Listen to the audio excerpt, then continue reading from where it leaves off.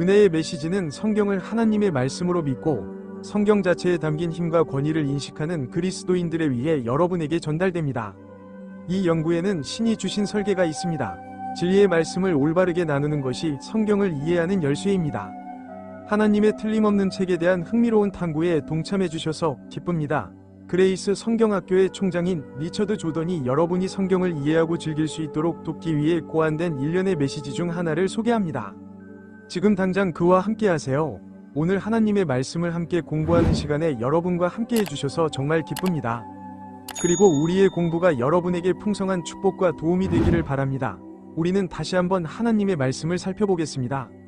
아시다시피 우리는 책의 사람들이고 책, 용어, 성경은 그저 책이라는 뜻의 단어일 뿐입니다. 우리는 책 속의 사람들입니다. 성경, 즉 하나님의 말씀을 믿는 사람들. 당신의 삶에서 역사해야 하는 것은 바로 하나님의 말씀입니다. 당신의 그리스도인의 삶은 무지나 감정에 따라 운영되도록 설계되지 않았습니다. 갈라디아서 3장에서는 바울이 이렇게 말합니다. 영으로 시작하였거늘 너희가 육신으로 온전케 되리라고는 생각할 수 없을 만큼 어리석은가? 신께선 당신의 지성이 필요하지 않습니다. 그는 당신을 신자로서 완벽하게 만들어 성숙하게 만드는데 당신의 감정이 필요하지 않습니다. 신자로서 그가 사용하는 것은 바로 그분의 말씀입니다. 그리고 성경을 공부하기 시작하면 그것은 오래 걸리지 않습니다. 그래서 우리는 매주 여러분에게 세대별 성경 공부에 대한 말씀을 올바르게 나누는 것에 대해 이야기하는 것입니다.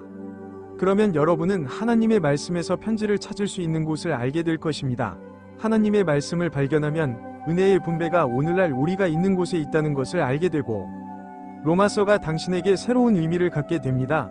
저희는 지난 몇 주 동안 공부해왔고 저는 여러분께 로마서 6장을 계속해서 지적하려고 노력했습니다. 로마서 7장과 8장은 믿는 이 삶에 있어서 성경 전체에서 가장 중요한 3장입니다. 왜냐하면 죄의 힘을 다루는 단계, 믿는 이 삶에서 죄와의 싸움에 대한 해답, 그리고 예수 그리스도 안에서 우리가 누릴 수 있는 승리의 삶으로 가는 길을 볼 수 있기 때문입니다.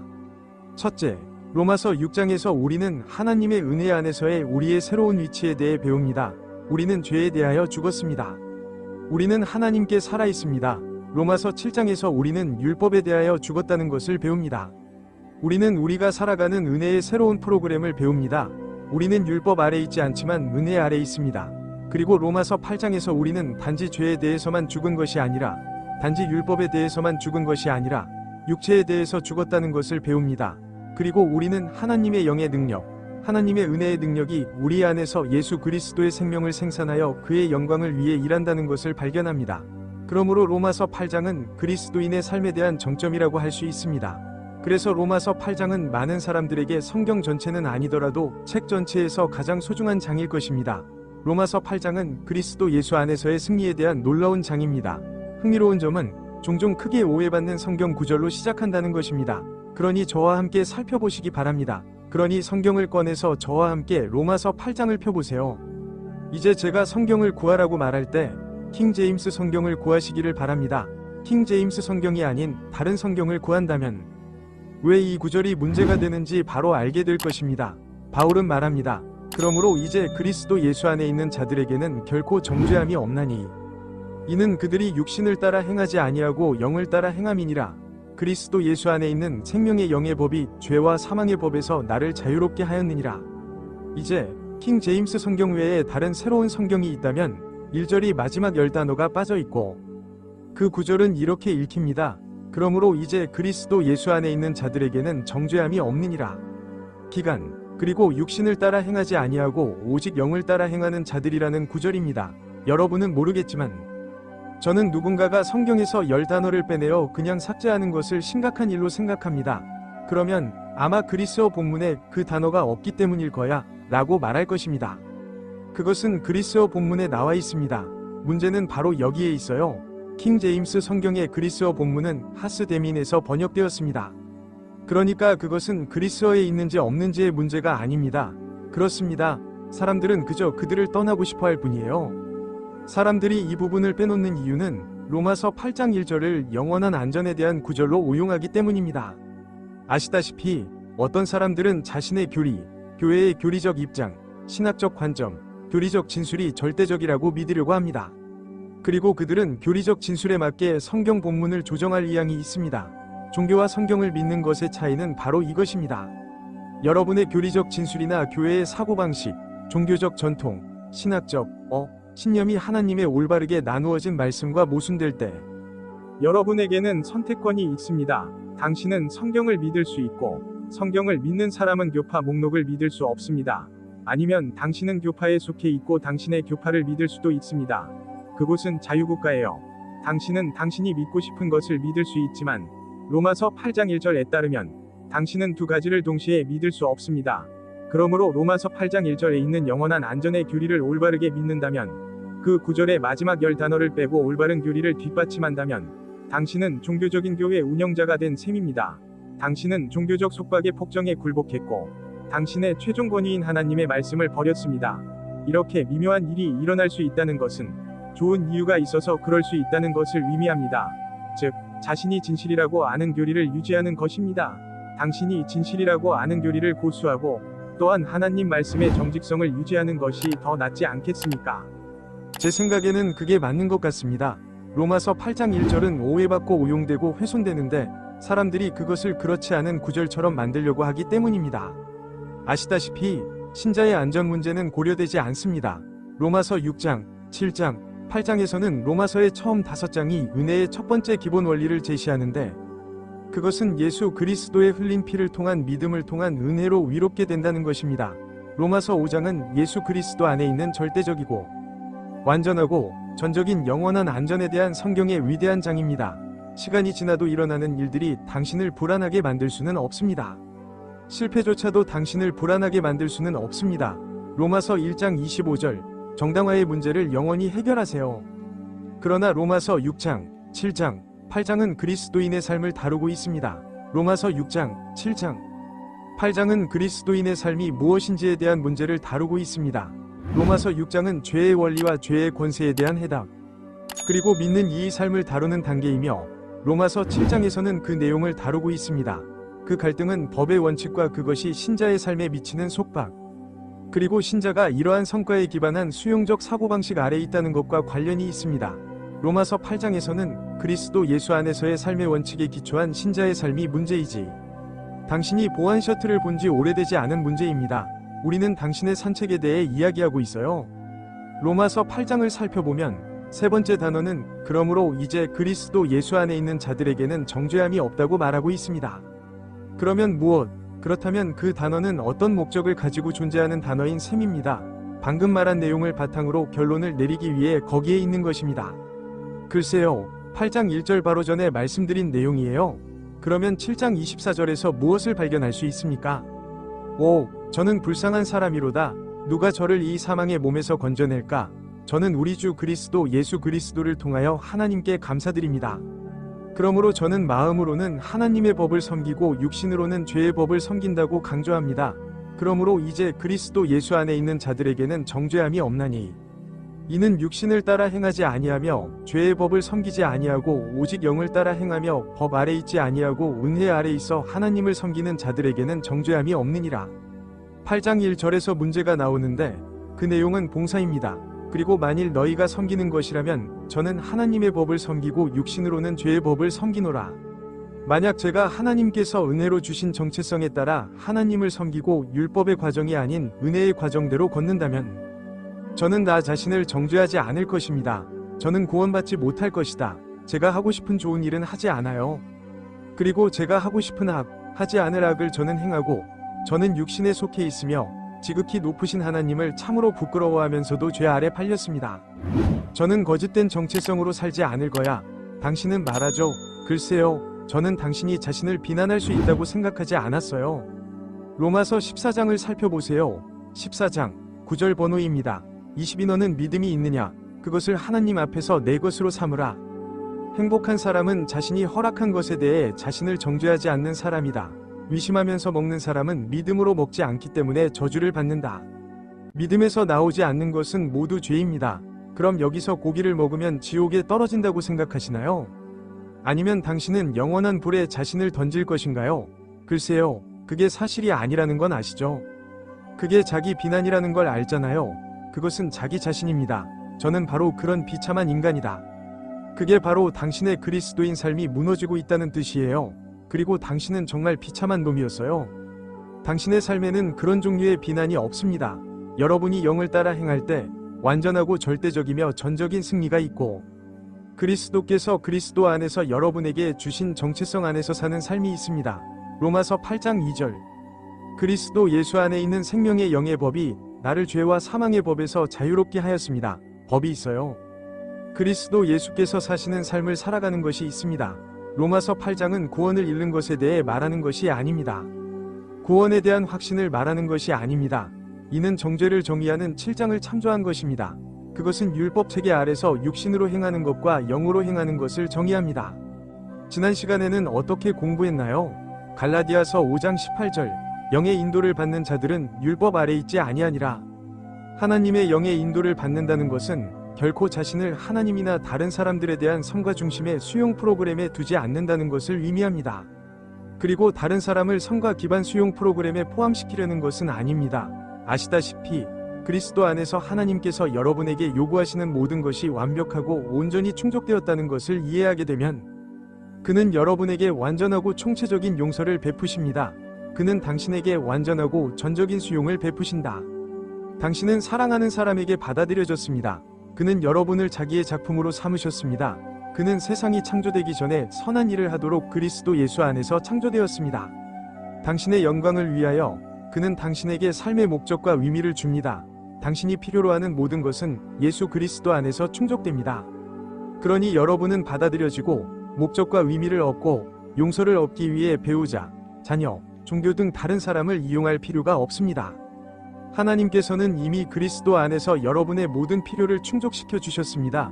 그는 이미 그리스도 안에서 당신에게 필요한 모든 것을 충족시켰으므로 당신은 다른 사람을 이용해서 그런 것들을 얻을 필요가 없습니다. 당신은 이미 그리스도 안에서 그들을 가지고 있습니다. 예수 그리스도 안에서 여러분의 모든 필요가 충족되었기 때문에 이제 여러분은 다른 사람을 섬길 자유를 얻었습니다. 여러분은 자유롭게 나가서 하나님께서 그리스도 예수 안에서 주신 승리 안에서 살 수 있으며 그리스도의 삶이 하나님의 영광을 위해 여러분을 통해 어떻게 살아가는지 알 수 있습니다. 제가 당신의 집에 얼마나 큰 변화를 가져올 수 있는지 생각해 보세요. 오늘 배우자와의 관계에 어떤 변화를 가져올 수 있는지 생각해 보세요. 당신이 승인하기 때문에 받아들일 수 있는 일을 당신의 배우자가 하도록 조종하려고 하는 대신에 하나님께서 당신을 대하시는 것처럼 당신의 배우자를 대하는 것이 어떤 것인지 생각해 보세요. 배우자가 당신을 사랑하지 않더라도 그저 그들을 사랑하는 것입니다. 하나님께서 그리스도를 위하여 당신을 사랑하셨기 때문입니다. 아시다시피 우리가 그를 사랑하는 것은 그가 먼저 우리를 사랑하셨기 때문입니다. 당신이 영향력을 행사하는 직장, 동네, 그리고 세상에서 당신의 자녀가 겪는 변화에 대해 생각해 보세요. 여러분이 다른 사람들과 함께 신성한 삶과 영의 법칙에 따라 산다면 여기에 규칙이 있습니다. 하나님의 영이 작용하는 방식의 작동 원리는 바로 그리스도 예수 안에 있는 삶의 원리입니다. 그러면 그리스도 안에서의 삶이란 무엇일까요? 하나님의 생명, 영원한 생명의 생명, 신격의 생명. 하나님 아버지, 하나님 아들, 하나님 성령에 대해 생각해 보세요. 그들은 어떻게 살아가나요? 그들은 어떤 삶을 공유할까?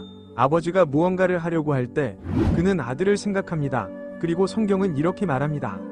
아버지께서 예수 그리스도 안에 모든 충만함이 거하기를 기뻐하셨다. 시편 16편에 하나님께서 다윗이 아버지께 드린 말씀이 있습니다. 당신의 오른편에는 영원한 즐거움이 있습니다. 그럼 아버지의 오른편에는 누가 있나요? 그의 아들, 누군지 아세요? 아버지가 모든 기쁨과 즐거움을 찾는 사람, 아버지가 온 마음을 다해 사는 사람은 바로 아들이다. 그는 당신이 말하는 것은 아버지를 말하는 것이라고 말했습니다. 아버지는 결코 자신을 위해 사는 것이 아니라 항상 아들을 위해 산다.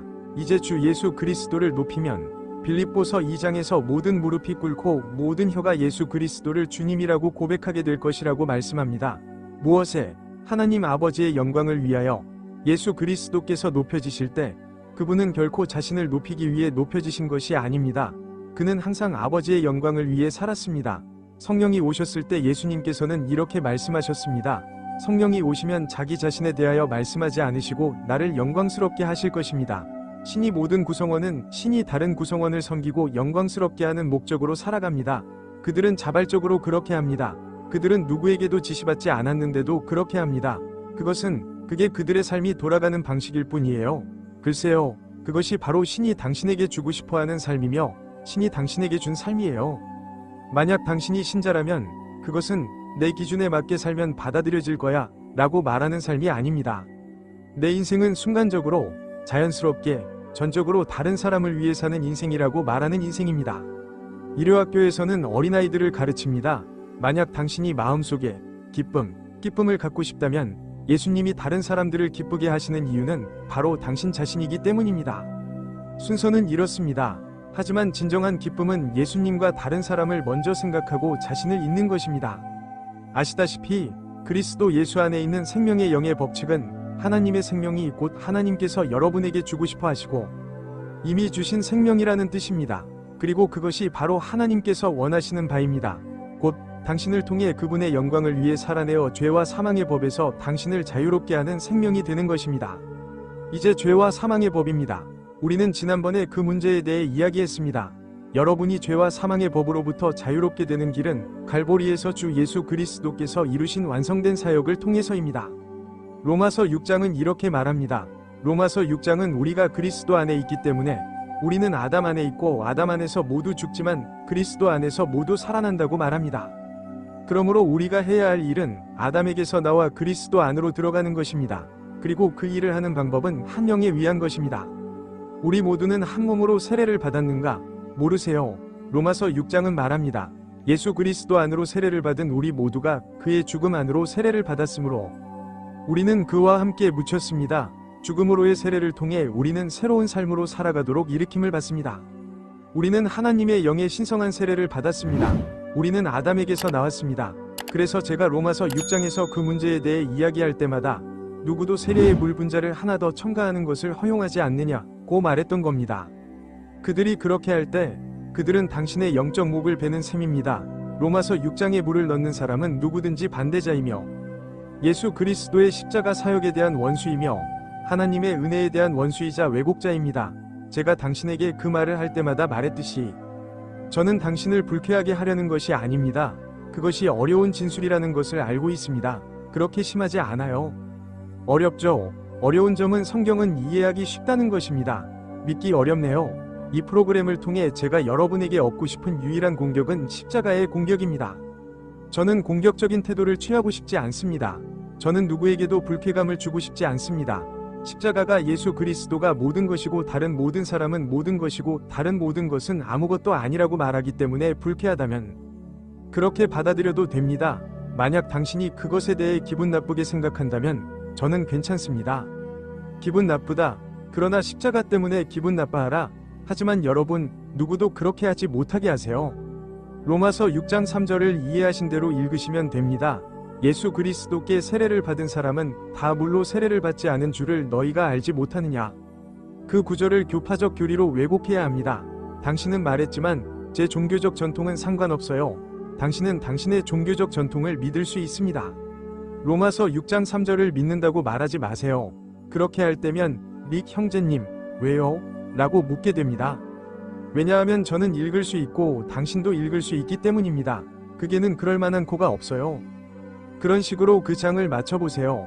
로마서 6장 3절에 보면 우리 중 많은 사람이 예수 그리스도 안으로 세례를 받고 그의 죽음 안으로 세례를 받았으므로 우리는 죄에 대하여 죽고 하나님께 대하여 살아있다는 것을 알지 못합니까? 우리는 지금 그 자리에 있습니다. 그리스도 예수 안에 있는 생명의 영이 우리를 죄와 사망의 법으로부터 자유롭게 하셨습니다. 법률 시스템. 성과 기반 수용 프로그램은 여기서 끝났습니다. 선물 프로그램은 여기서 끝납니다. 하나님의 영에 인도받는 많은 사람들이 저쪽의 체계에서는 기능하지 않을 것입니다. 그들은 이 시스템 하에서 운영될 것입니다. 갈라디아서 5장 18절. 보세요. 하나님께서는 여러분이 자신을 희생하여 영적으로 죄를 씻고 새로운 삶으로 살아갈 수 있도록 돕는 객관적인 기준을 주셨습니다. 우리는 하나님께서 우리에게 주신 정체성에 따라 살고 있습니다. 우리는 믿음으로 그 안에서 살고 하나님의 말씀에 순종하며 살아가는 가운데 그 믿음을 우리 삶의 세부사항에 적용합니다. 지난번에 말했듯이 죄를 지으면 죄에 반응하게 될 거예요. 만약 당신이 법으로 대응한다면 어떻게 할 것인가? 당신은 더 잘하려고 노력하고 다시 한번 성과를 내려고 노력함으로써 대응합니다. 그러면 은혜 아래 더 많은 실패를 가져올 것이 무슨 뜻인가요? 죄를 지으면 그 죄에 대한 보응을 받게 됩니다. 어떻게? 믿음으로 살고 그것을 바라보고 그리스도 안에서 하나님께서 주신 정체성에 따라 사는 것입니까? 그러면 그것은 당신에게 무엇을 말해주나요? 그는 죄를 없앴습니다. 그러면 당신은 당신의 삶에서 지은 죄를 어떻게 할 것인가요? 당신은 말할 것입니다. 그것이 바로 그리스도께서 죽으신 죄이며 경건치 아니함과 세속적인 것을 부인하는 것입니다.